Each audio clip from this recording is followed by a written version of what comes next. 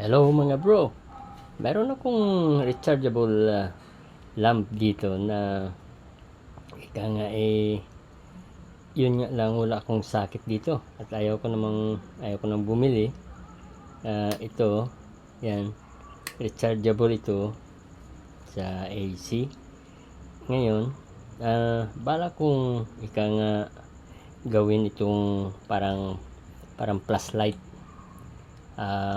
So panoorin yung video nito baka sakali na ika nga may magkaroon din kayo ng ideya pag mayroon kayo nito at gusto nyong gawing flashlight. Madali lang na at ang mga gamit na ika nga makikita nyo angkop dito. Panoorin yung video nito. Okay, so ang ko kaya nagputol ako ng kable, maiksi lang. Ngayon ilalagay ko dito yan, itong contact niyan ng AC.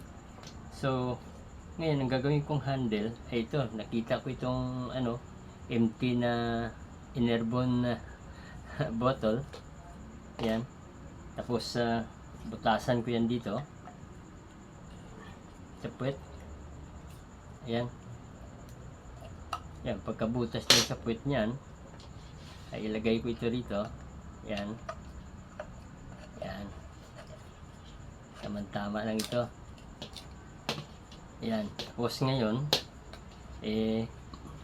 ihinang ko na lang ito. I-connect ko ito. Ihinang ko rito. Yan. Hinangin ko at idikit ito rito.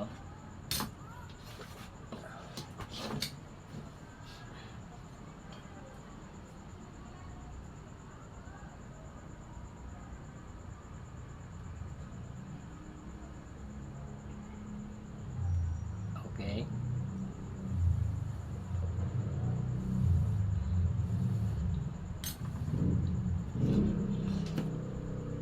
Okay naman.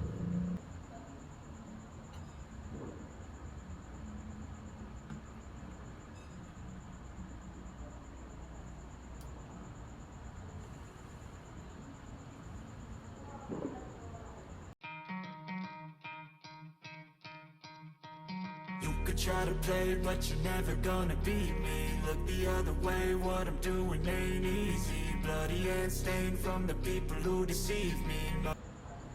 Okay, okay naman. Connection yan. Yan. Yan. Ngayon, tama-tama itong nito. I-shoot natin.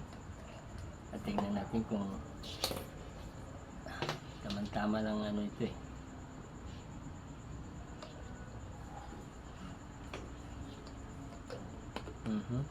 Tamang-tama, eksakto siya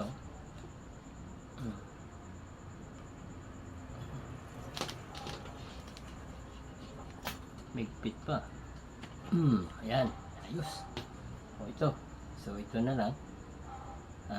Ito parang sa charge. Ito ngayon, hindi pa parang flashlight na siya. Na pag kailangan ko ika nga handheld na siya, hindi na ako kailangan bumili ng sakit nito. Parang flashlight na lang gawin sa kanya. Kaya ganyan yan. Yun, may hawakan pa. So yan mga bro, yan mga hack na ika nga makakatipid kayo. Yan.